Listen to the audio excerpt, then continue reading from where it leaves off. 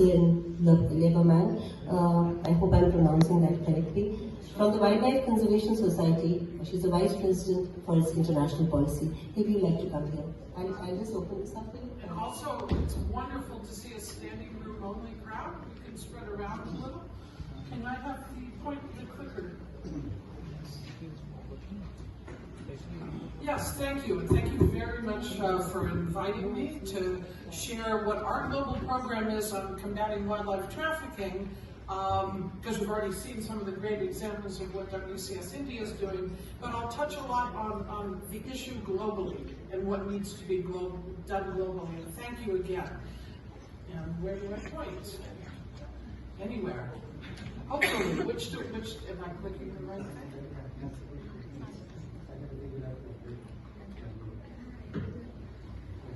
Okay, so I'll be very brief. Many of you in India know WCS. Just want to give you the map of where WCS works globally. I'll go through it very quickly, but these are all of the places where WCS works in more than 60 countries across the globe. There. And this is where we work on wildlife trade and wildlife trafficking. The countries in sort of bluish purple, including India, of course, is incredibly important for us. These are where we work on wildlife trade and wildlife trafficking globally, and our ability to work transcontinentally on this issue is very important. And when I say our strategy, this is actually what we think globally is what needs to be done. We look at the problem along the entire wildlife trade chain, as I know traffic does as well, from poaching, the illegal killing or legal take, to final sale, and at the policy level. We look at anti-poaching and crime prevention, basically.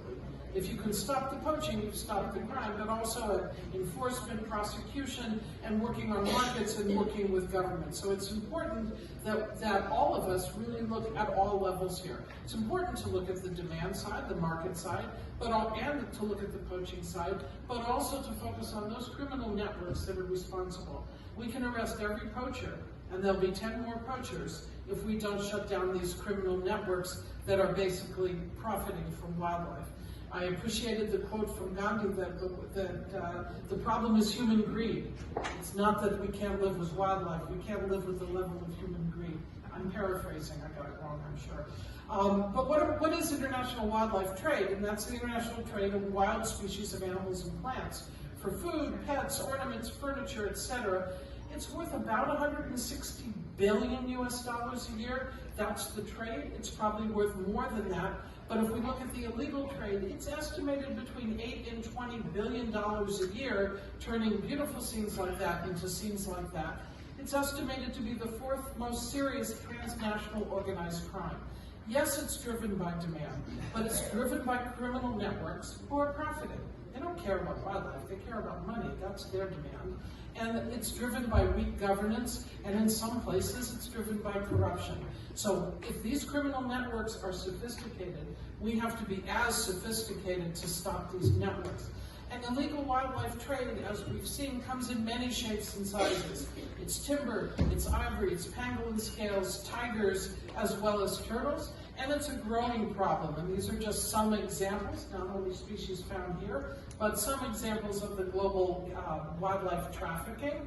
And illegal trade in live animals, as we've heard, is also increasing. And as we sit today and know what has happened with this coronavirus, that is about the trade in live animals, and particularly the illegal trade in live animals. And if anything good comes about this, because of this horrible virus and potential pandemic, I hope it's the closure of the live animal food markets. And we're all working to, why is this going without me?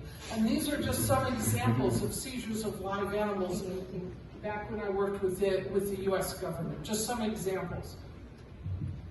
And we already saw photos of the pangolin. It's considered the most heavily traded mammal. I don't know how long that can last because the world will run out of pangolins. Asia already has practically.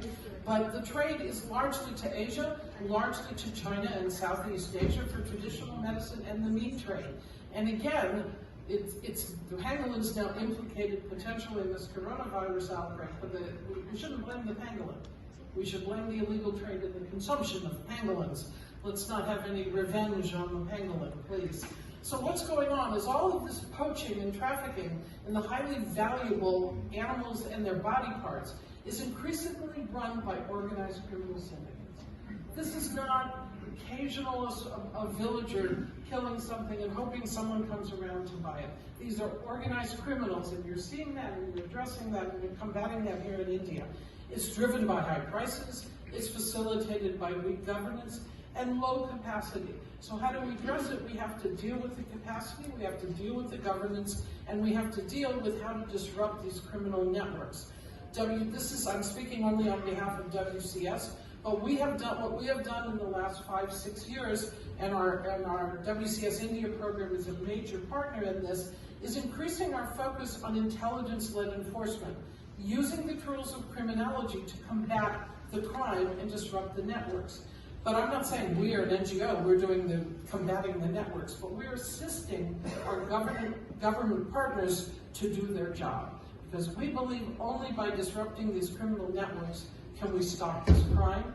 And we're bringing on staff, I'm a wildlife biologist, but we're bringing on staff from law enforcement and criminal justice to work with us. And we're working transcontinentally.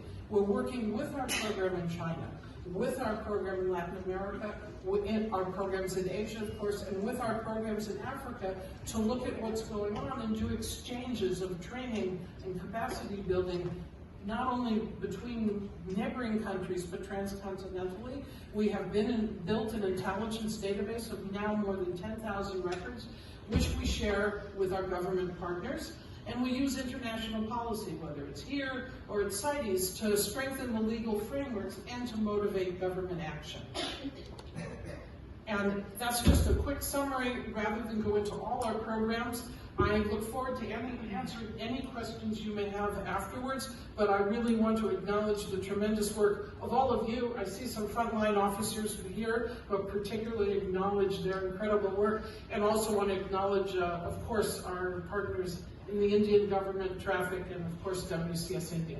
Thank you very much. Thank you.